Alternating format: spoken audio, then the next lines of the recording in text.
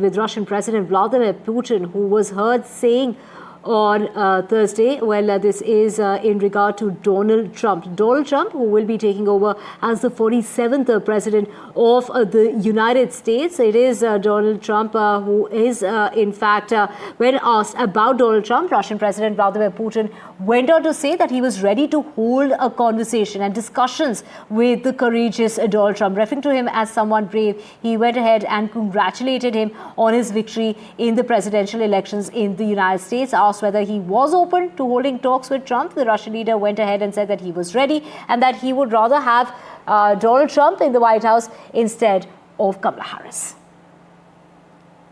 So the Russian president Vladimir Putin, congratulating Trump on his win as far as the US presidential election is concerned. Vladimir Putin was also heard say that he's ready to discuss the Ukraine war with Donald Trump, hailing him as someone who's brave and courageous. The US president-elect Donald Trump, while Putin says Trump's claims on ending the war deserve attention and a new world order is being formed, is what Vladimir Putin had to say. So, let's just get my colleague Disha joining us. Disha Bakshi, this is quite a, when it comes to Putin, with Putin being very expressive about congratulating Donald Trump, saying that he would rather see him in the White House instead of Kamala Harris and that he's ready to have talks with him. And this is at a time when Donald Trump has spoken about, peace and not having a war. He's spoken about ending the war in a phone call. And Putin there saying that he's ready to have that discussion.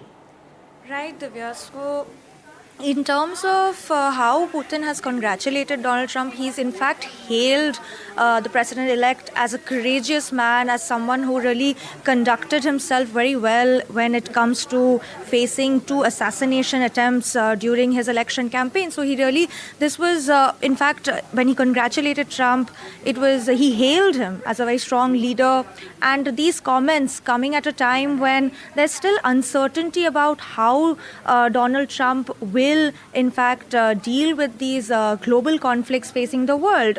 In terms of the war in Ukraine, President-elect Trump on various speeches during his election campaign did vow to end the war in Ukraine on his first day back in office. So now that Russian President Putin has in fact said that he's willing to have these discussions and this dialogue with Donald Trump, it's crucial messaging because Trump has also said that he will cut back on aid and military aid to Kyiv, and hence this comment comes at a very crucial stage. So apart from congratulating Trump, he also said that, this is these comments are coming at a time when there's a new world order is forming in the global stage. So it's important